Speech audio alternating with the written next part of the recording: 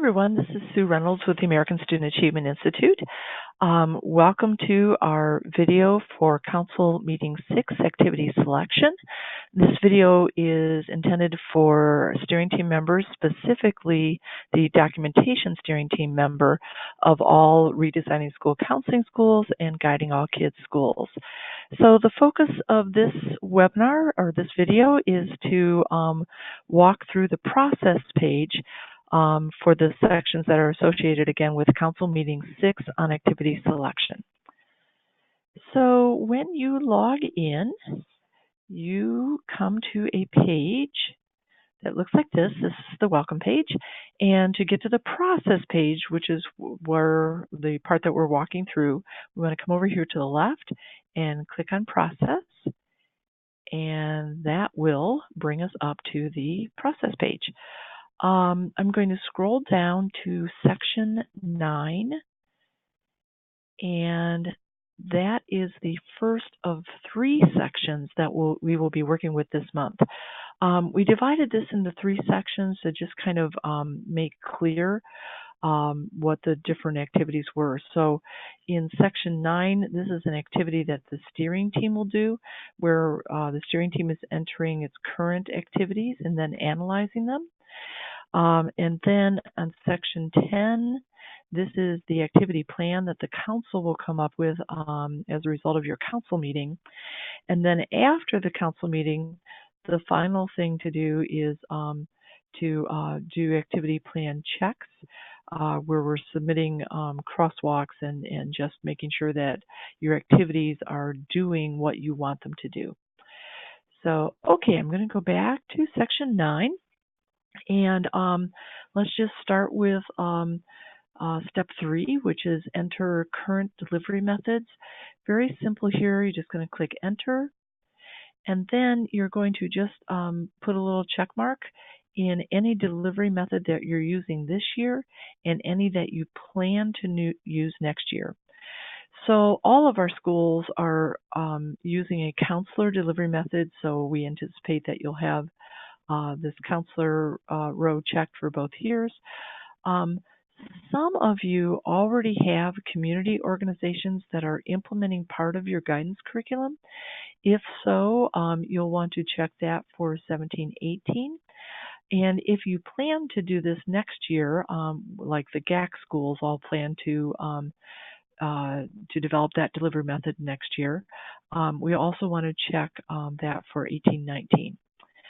In the community delivery counseling, we do have some schools whose community mental health associations are actually delivering services in the school building, and it's coordinated with the school counseling program. If that's the case, you'll want to check there. The one thing with your counseling delivery method is we want to make sure that these activities are being delivered by a licensed helping professional, like a licensed school counselor, a licensed community counselor, a licensed social worker, licensed psych, or psychiatrist. So again, if you have a community organization that's delivering counseling, we'll just want to make sure that those people are licensed. If you already have a teacher advisor program, you'll want to check that. If you're developing one next year, as the GAK schools are, check there for next year. A lot of schools tell us that they already have academic integration to some extent. For example, in an elementary school, your third grade teachers may be teaching a unit on careers already, so they're already implementing part of the guidance curriculum. Or they might be implementing activities on how to get along with friends and social personal lessons. So if your teachers, your family and consumer science teachers, or your health teachers are implementing any parts of the guidance curriculum, you'll want to check here for this year. And then if you're planning on doing that next year, you would check that as well. If you're a GAK school, next year you would need to have counselor delivery, community delivery, and teacher advisor delivery checked. And then you may or may not have the academic integration already. If you're a GAK school, we'll do these last 2 in future years. Okay, and then just hit save and you're good to go. So I'm going to go back to the process page. And one thing that's always helpful is instead of hitting the back button, to always hit process to take you back to the process page. So I'm going back to the process page, going back to 9, and I have my current partners in. One thing I skipped over inadvertently was to enter your current delivery methods. I'm sorry, that was what we just did, current delivery methods. Now I'm going to go to current partners, and I'm going to click on enter.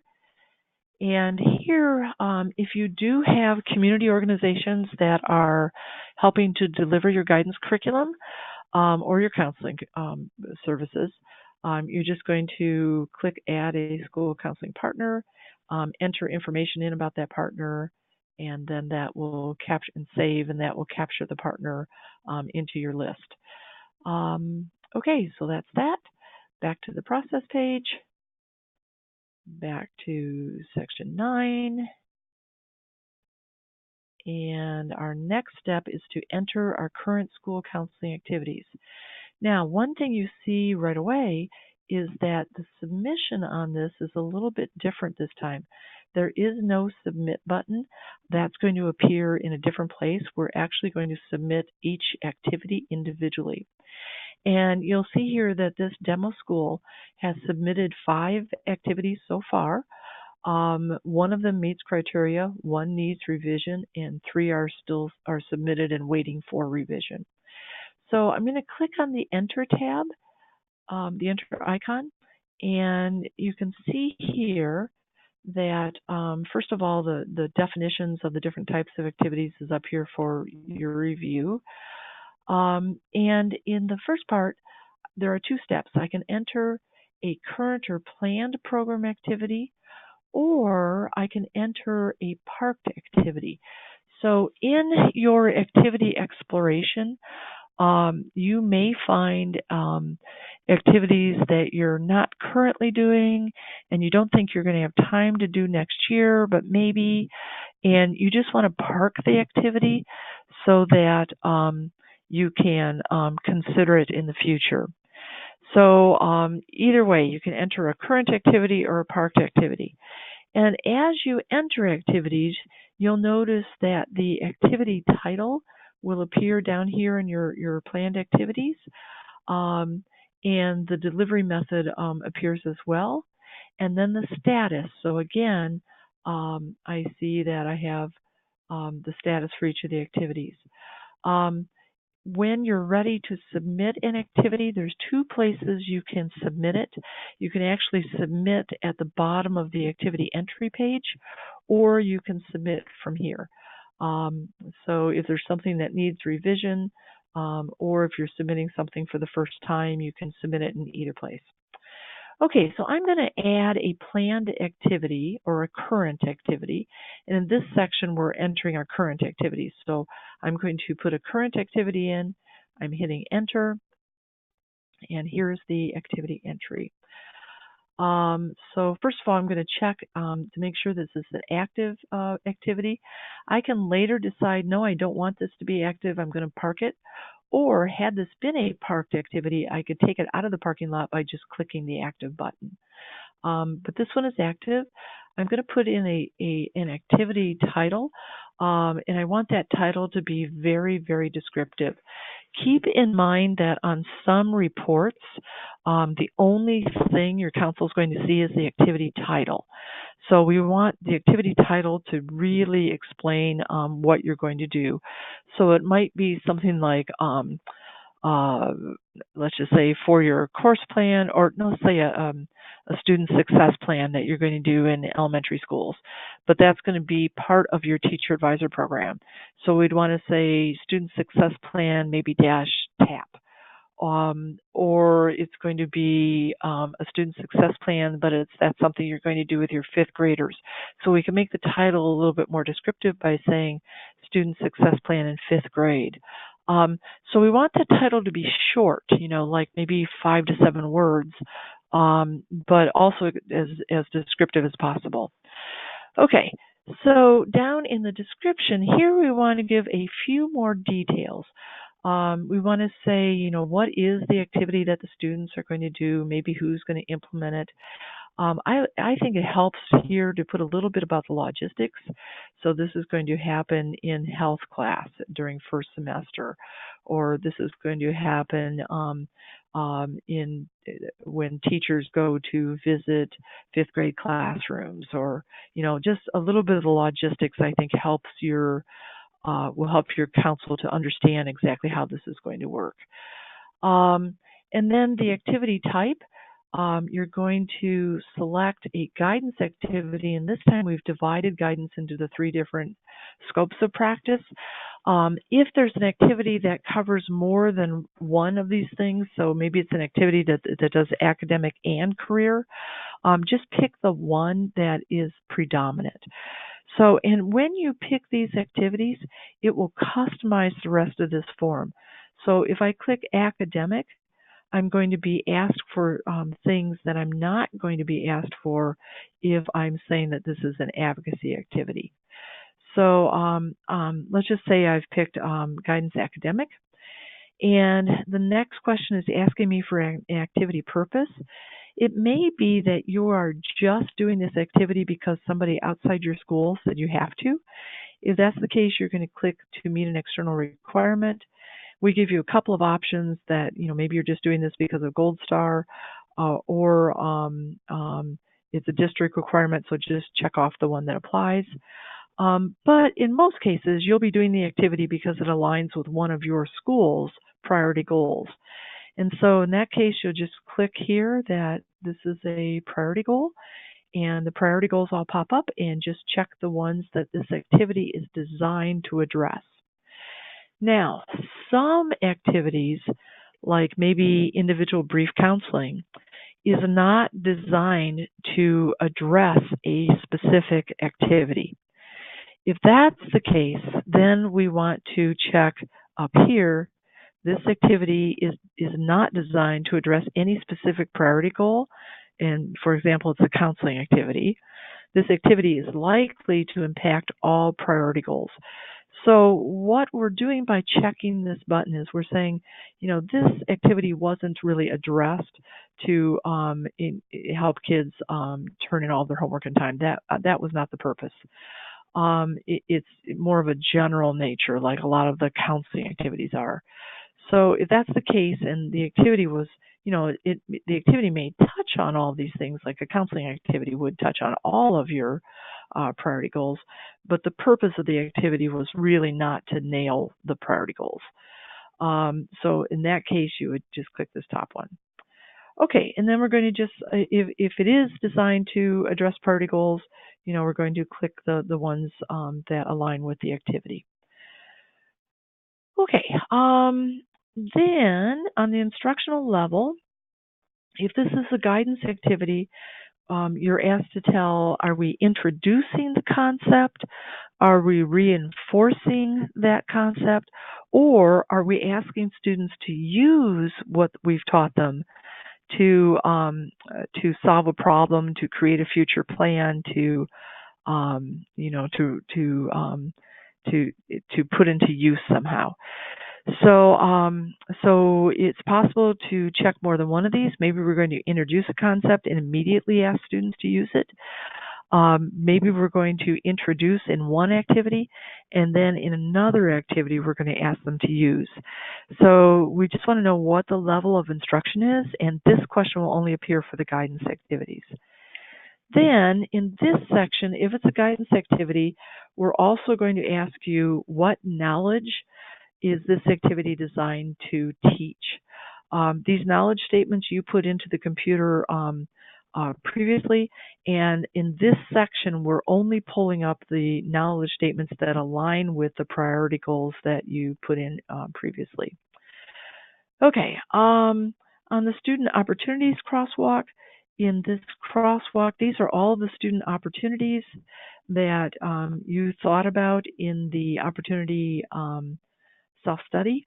So you do not have to have all these opportunities checked off in any way, but we're just asking you to identify which of these opportunities you are giving kids, and then later there will be a report that shows that. Okay, so in the Indiana DOE competencies, we'll ask you to take that guidance activity or counseling activity and align it with the indicators that it addresses.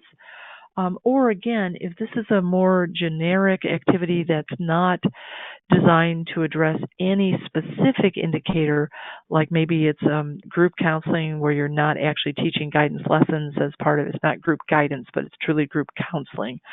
You may want to check this button that this activity is not designed to hit any specific indicator. We're acknowledging that your group counseling, your individual brief counseling, your crisis counseling, those activities are likely to impact all indicators, but is not designed to impact any one indicator. Okay. Then one other thing with this is please keep in mind that there are a lot of indicators. There are a ton. To see which indicators are for your building level, the code at the front of each indicator tells you, first of all, the first letter tells you if it's an academic, career, or social emotional indicator. The next two digits tell you the grade level. So this one's from K5. If I scroll down, I'm going to find 6-8 and then 9-12. And then the next two numbers, the first one here is the competency number, and then the second one is the indicator number. So you can see that for DOE's competency number 1, there are a lot of indicators just for that one competency. And chances are that with one activity, you'll be able to address, 4, 5, 6 of these indicators.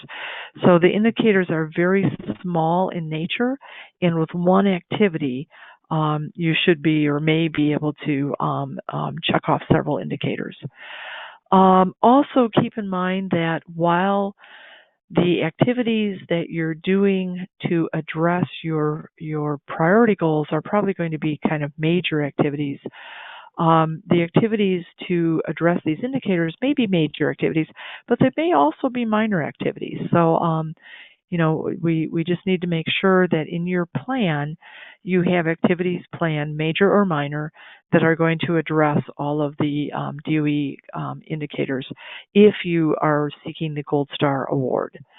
Okay, so that's the DOE indicators. Then in this crosswalk for the guidance gaps, DOE and RAMP require, and we also think it's a great idea, that at least one or several of your indicators, several of your activities are designed to close a guidance gap. So let's say that one of your activities is to sponsor a program about the STEM careers and science, technology, and engineering and math careers. And you notice that your males are engaging in that activity at a greater rate than your females. If that's the case, you may want to do something to engage the females at a greater rate. So if you are doing that, you'd want to say, yes, I'm doing something special in this activity to engage the females. And you'd come back up here in the description and you'd add some language that describes how you're going to do that, which may be something like to better engage our female students in this activity. We will strive to bring in female speakers. Or maybe not even strive to, we will bring in female speakers. So you've done something special to engage girls. You're telling the computer that you've done that by selecting the group that you're going to reach out to in a special way here.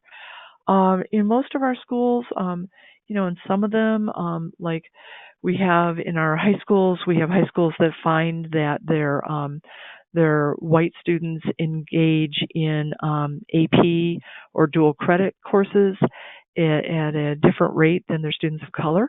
So there may be something special that you'll do in there. In a lot of our schools, especially our free and especially our rural schools, but really all of our schools, we find that there's guidance gaps with the free and reduced students. So again, you're looking for those guidance gaps, and then we're doing something special with some activities to close these gaps.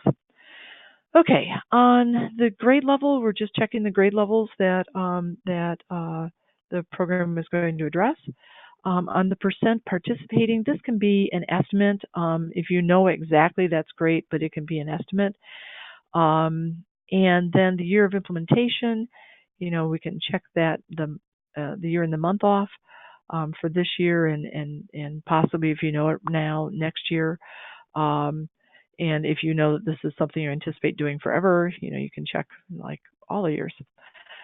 Okay, on delivery method, we'll want to check that. And notice what happens when I check, I'm checking counselor delivery. Then my next step is person responsible. But if I check that this is a community delivery, then I'm asked to identify which community organization is going to implement this. On both of these, you can go straight to an edit screen so that you can change your delivery methods if you discover you forgot a method, or if you need to add in a provider, you can edit the providers. And then finally, you're putting the person responsible in. And if it's somebody that's not listed in your list, you can create a window and type that in. This could also be someone that's not a specific person. You could say 9th grade English teachers. You could say 3rd grade teachers. You could say 8th grade TAP teachers. You could say all counselors. So it doesn't have to be one person if it's multiple people that are implementing the activity. Okay, now I want to talk specifically about the save buttons. When the first 3 fields are filled in, which are the activity title, the activity description, and the activity type, you will have access to a save button. And so as soon as you've put that in, you can save your work. However, the system will not allow you to submit until all of the fields are filled out. This is just kind of a protection for you, so you're not submitting something that then's going to come back to you that says, oh, you forgot to do this part. So this will be grayed out until everything's filled in, and then that submit for review will be hot. Okay, so that's that. After I submit, I can go back to the activity submission page, and I'm not going to use the back button. I'm going to use the process key. Very important in this step so that activities don't get saved more than once. I'm going to go down to the my enter current activities, and if I go into this, I should be able to see that activity listed, and then I'll start to see that I've submitted another activity here. Okay, so now after all of the activities are submitted, and yes, that takes a little bit of time, but it's the last time you're going to have to do it, because after they're entered in future years, we're just going to edit and tweak them. So we're really putting a lot of data entry into our first year that later we will just adjust in coming years. So, okay, then after all the our current activities are in, then we want to analyze those activities. I'm going to click on the eye icon, and here are a bunch of crosswalks. So the first 5 crosswalks are crosswalks that our team will check. The second 6 are just crosswalks that we think will be helpful to you. So I'm going to look at the first one with you, the priority goals crosswalk. On this one, I see that here's my first focus goal, and I've got some information about this focus goal. I see that I'm counting 2 things. One is that I'm counting the actual number of student success portfolios that I can look at physically in the counselor's office. I see that my actual is 99%. I want to get to 100%. And then I'm also counting survey data. And in that survey data, I see only 27% of the kids are reporting that they have a success plan, this written plan. And I want to jump that up to 50% in the next year. So here are my two data targets. And now I'm looking at, okay, what activities do I have in place to address this priority goal? And I'm looking to see, I've got a 4-year high school course plan activity that I've associated with this goal. It's for students in grades 8 through 12, and there's 100% of the kids that participate in this. So, I'm kind of looking for, are there activities that are going to introduce, reinforce, use? If I said I'm going to get to 100%, does my percent participating, is that at 100%? I'm just kind of analyzing to see, are these activities going to do what I want them to do? Are they going to, address this goal, and are they going to get the kind of results that I'm looking for? So so far, we're looking, that this is good. I might want to add a use activity in here. Where we are not only teaching this, but we're asking students to use this information to actually design their written plan. If I scroll down though to the next focus priority goal, I see I have an issue. I don't have any activities in place that are going to help students make this choice. So now I need to do something. I need to either get rid of this goal because I don't have any activities to address it, so I can't, I'm not going to meet it. So take that out as a goal. Or I can add activities in here that will address this goal.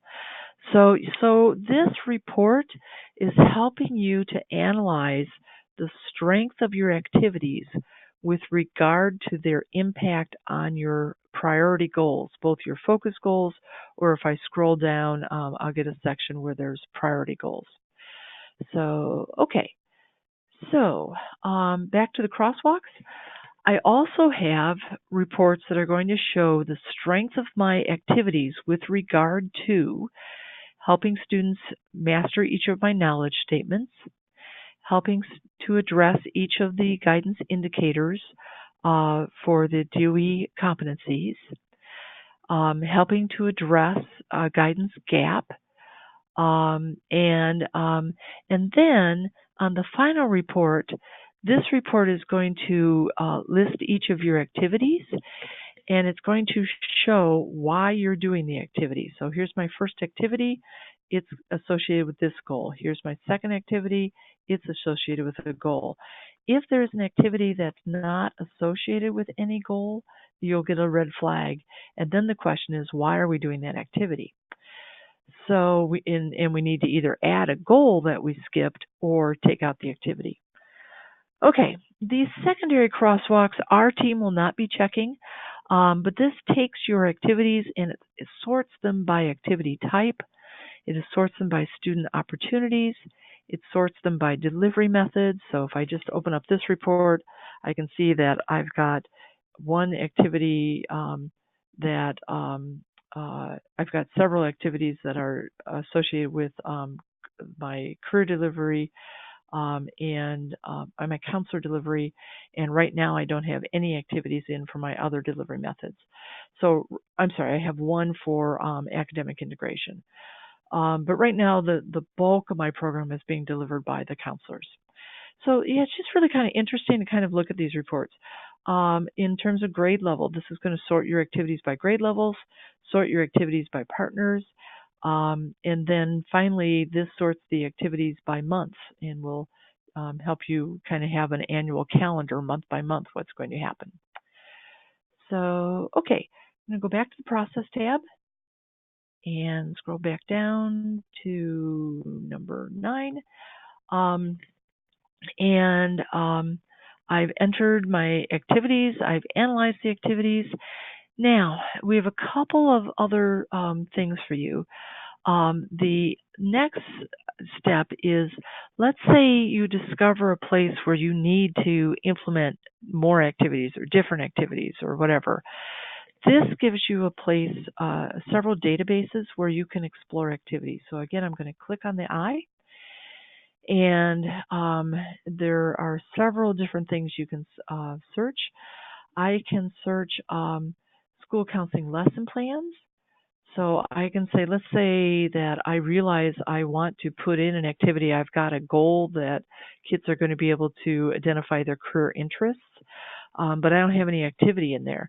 So I can put in career interest,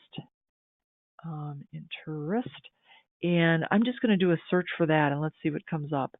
So I do a search, and I get 9 different activities and that have been entered by different schools using our system.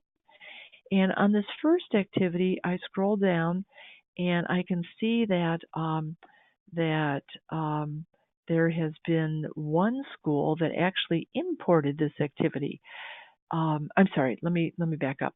I see that this activity was entered by Oak Hill Elementary, and I have one school that has imported this activity. That kind of gives me a sense of the quality of this activity, the resources that the author may be provided for other schools.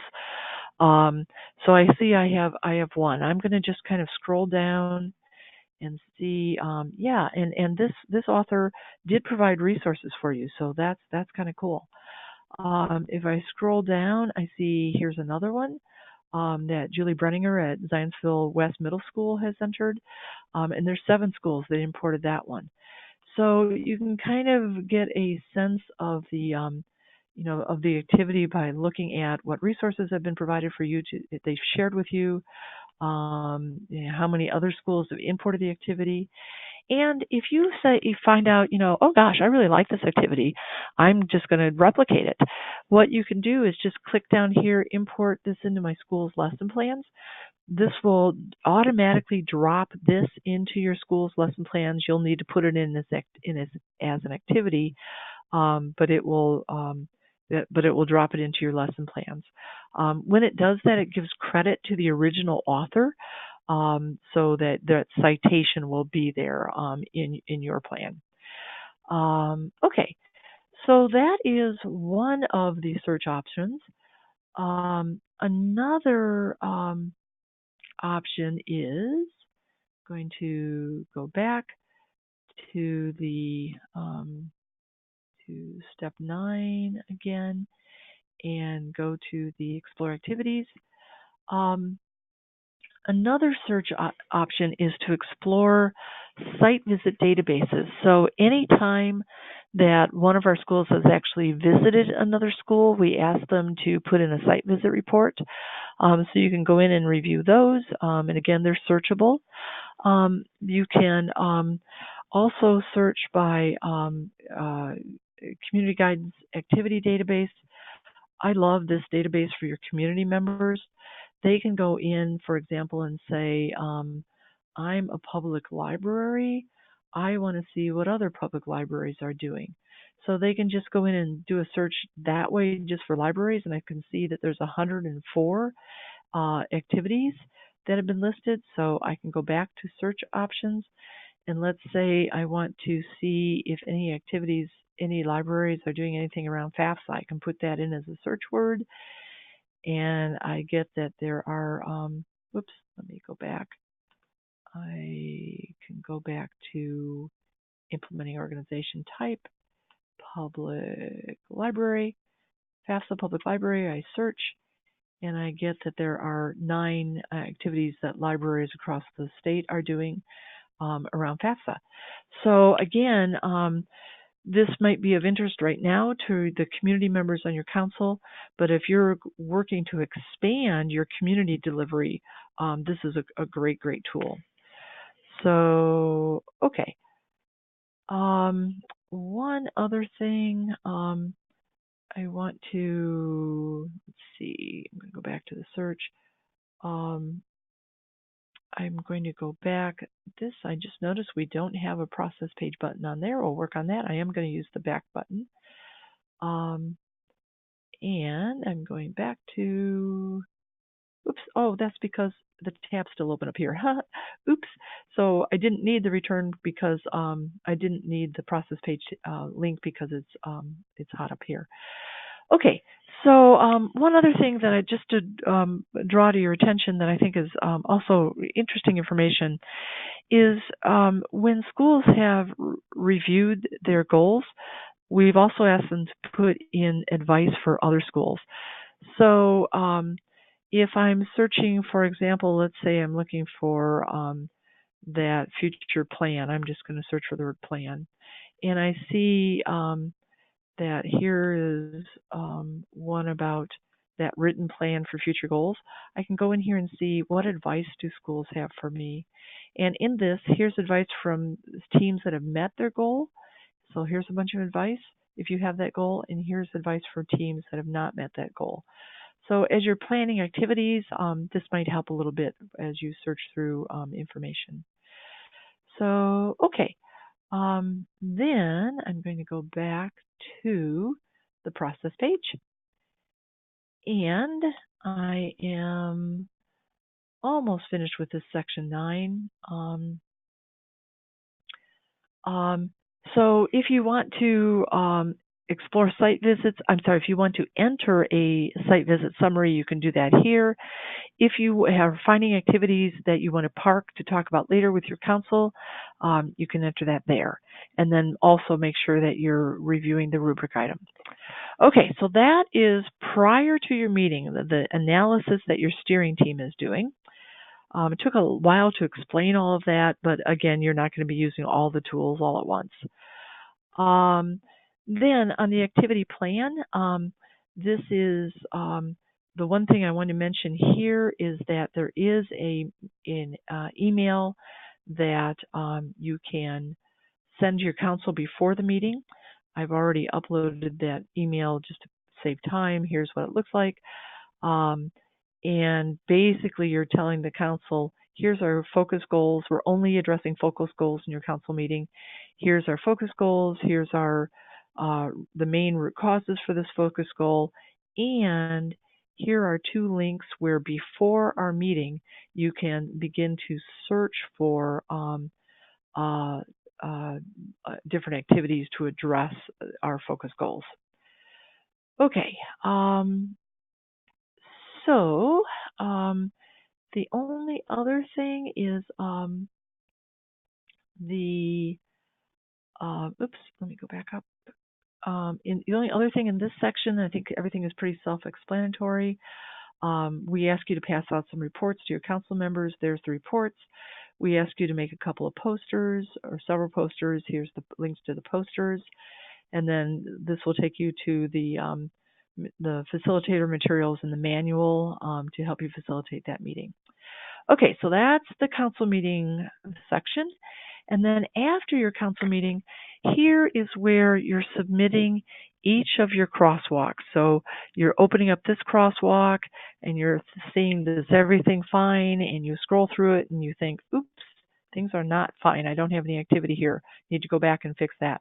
But once you're happy that all of the activities are fine, then on that first crosswalk report, you're just going to hit submit.